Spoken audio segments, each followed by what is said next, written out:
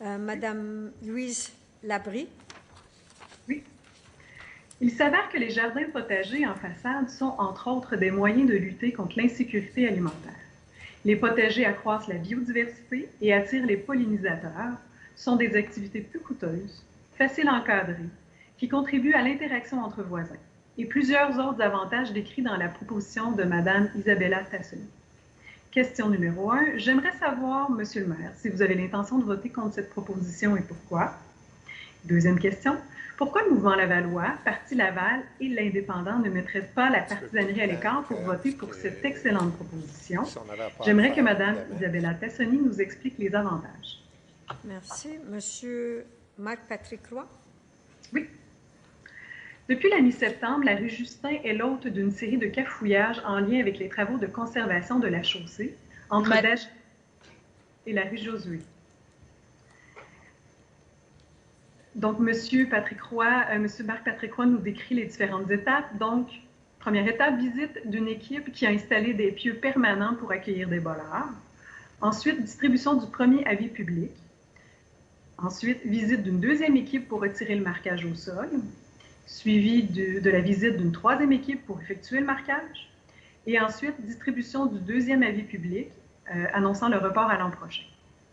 Êtes-vous au fait que le marquage qui a été fait, différent du précédent, est différent de la configuration de l'avis?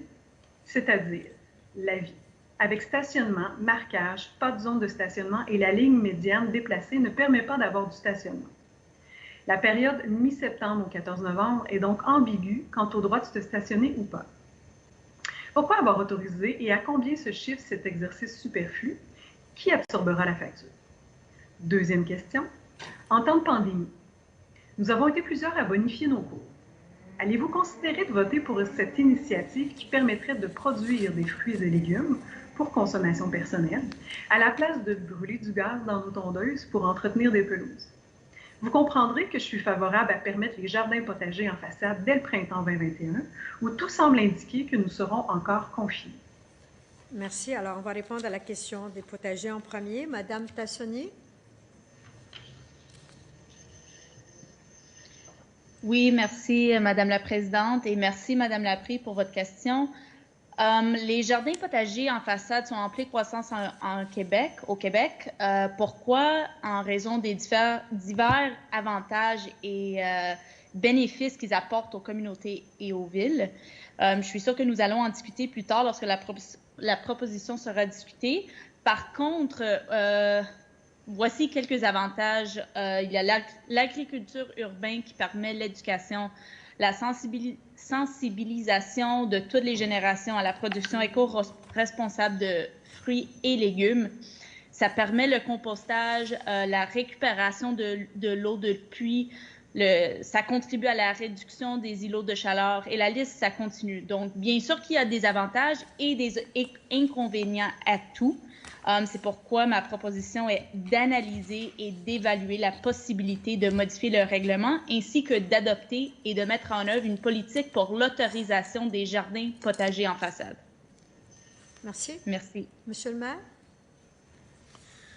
Alors, en ce qui a trait à la proposition de Mme Tassoni, je vais voter contre. Normalement, on attend là, le moment du vote, mais pour répondre clairement à votre question. Pourquoi? Parce que c'est déjà prévu dans la refonte réglementaire.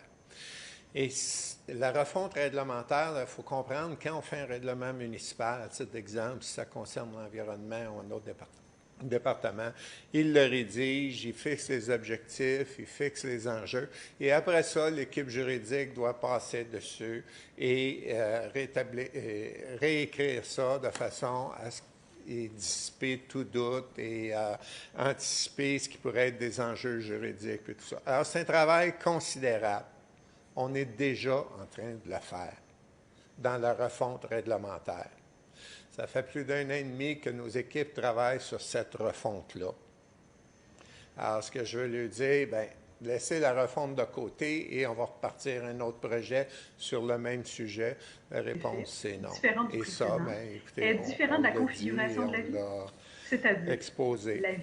En ce qui est trait aux questions de M.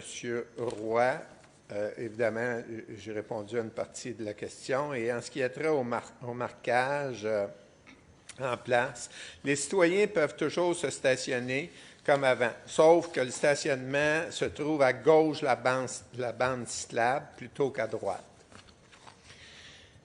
Ainsi, le dernier avis indique qu'il est permis de stationner d'un côté et qu'à partir du 14 novembre, le stationnement sera permis des deux côtés. La signalisation sera mise en place prochainement afin de mieux délimiter les zones de stationnement.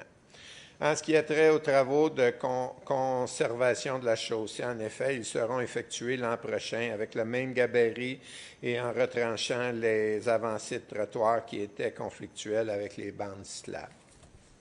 Merci.